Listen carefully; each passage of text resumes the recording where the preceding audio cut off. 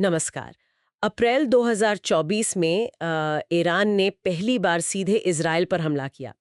मतलब सैकड़ों मिसाइलें, ड्रोन इतिहास में पहली बार हुआ ही है।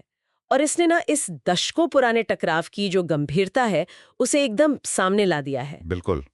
ये कोई अचानक हुई घटना नहीं है। हाँ, वही मैं कह रही थी। ये सिर्फ इन हालिया हमलों की बात नहीं है, ये तो एक बहुत पुरानी और बेहद उलझी हुई कहानी है। सही कहा। इसमें विचारधारा है, फौजी तनाव है, वो जो कहते हैं प्रॉक्सी जंग, हाँ प्रॉक्सी जंग, साइबर हमले, और हाँ वो परमाणु वाली चिंता तो है ही। बिल्कुल। तो आज हमारे पास जो भी जानकारी है, उसके आधार पर हम कोशिश करेंगे कि इस संघर्ष की परतें खोलें, समझे कि इसकी जड़ें कहाँ हैं और ये इतना पेचीदा क्यों है। जी, चलिए इस पर विस्तार से बात करते हैं। सबसे दिलचस्प बात तो ये है कि हमेशा से ऐसा नहीं था।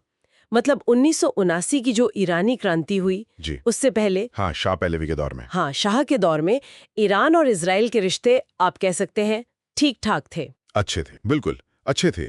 सैन्य और खुफिया लेवल पर भी सहयोग था। लेकिन फिर 1979 में क्रांति हुई और अयातुल्ला खुमैनी सत्ता में आए और बस सब कुछ पलट गया। हाँ, उन्होंने तो आते ही इजराइल को छोटा शैतान, ज़ायोनी दुश्मन कहना शुरू कर दिया।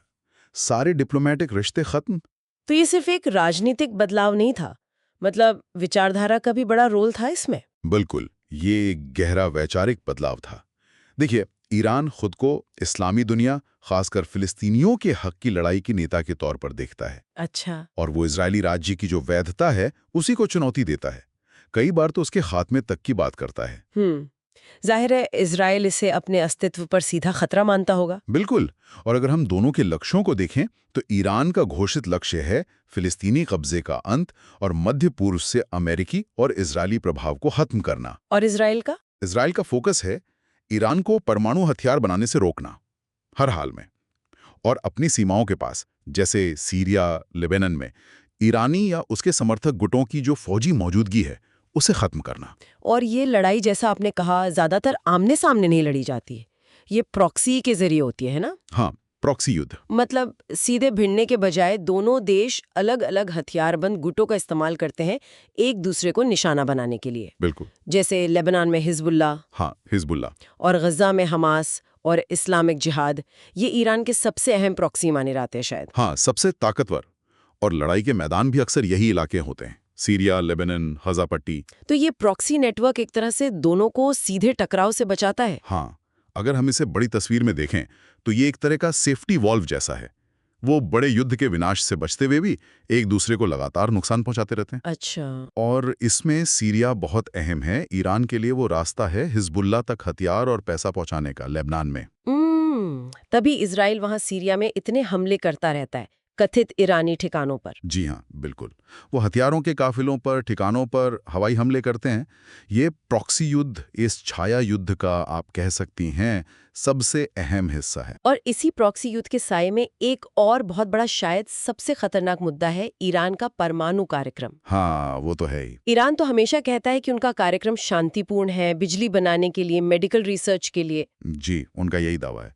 लेकिन इजराइल और कई पश्चिमी देश इस पर बिल्कुल यकीन नहीं करते। खासकर इजराइल, वो तो इसे अपने वजूद के लिए सबसे बड़ा खतरा समझता है। बिल्कुल। और इसी से जुड़ी वो घटनाएं भी हुई, जैसे स्टक्सनेट। हाँ, वो कंप्यूटर वायरस जिसने उनके सेंट्रीफ्यूजेस खराब कर दिए थे। और फिर वो 2015 वाली JCPOA डील। हाँ, वो परमाणु समझौता, जिससे ईरान के कार्यक्रम पर कुछ सीमाएं और अंतर्राष्ट्रीय निगरानी लगी थी। लेकिन फिर अमेरिका उससे बाहर निकल गया 2018 में। बिल्कुल। और वो एक बड़ा मोड़ था। तनाव और बढ़ गया।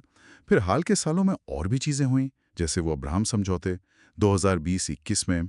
हाँ, जब इजराइल ने UAE, बहरीन, मोरक्को जैसे अरब देशों से रिश्ते सामान्य किए, तो ईरान ने इसे अपने खिलाफ एक घेराबंदी की तरह देखा। उसे लगा कि उसके दुश्मन एकजुट हो रहे हैं। और फिर आया अप्रैल 2024 का वो सीधा हमला, पहली बार।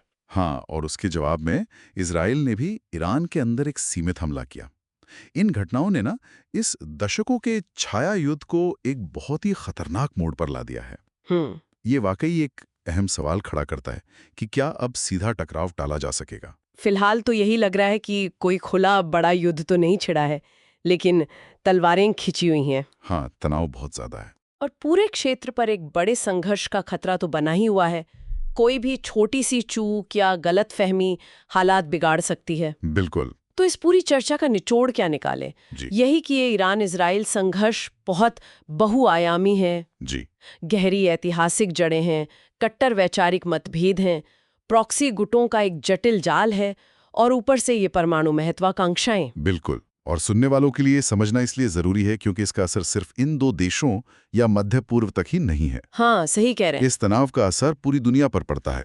तेल की कीमतों पर, बड़ी ताकतों अमेरिका, रूस, चीन, उनकी विदेश नीति पर, पूरे क्षेत्र की स्थिरता पर। इसके तार पूरी दुनिया से जुड़े हैं। और अंत में शायद सोचने के लिए एक सवाल छोड़ सकते हैं हम हाँ, जरूर। कि दशकों के इस प्रॉक्सी युद्ध, इस छाया युद्ध और अब हाल के इन सीधे हमलों के बाद वो कौन सी एक घटना, कौन सी एक चिंगारी हो सकती है जो इसे खुले विनाशकारी संघर्ष में बदल दे? ये वाकई एक बड़ा सवाल है। जी, और इसका जवाब शायद आने वाला वक्त ही देगा।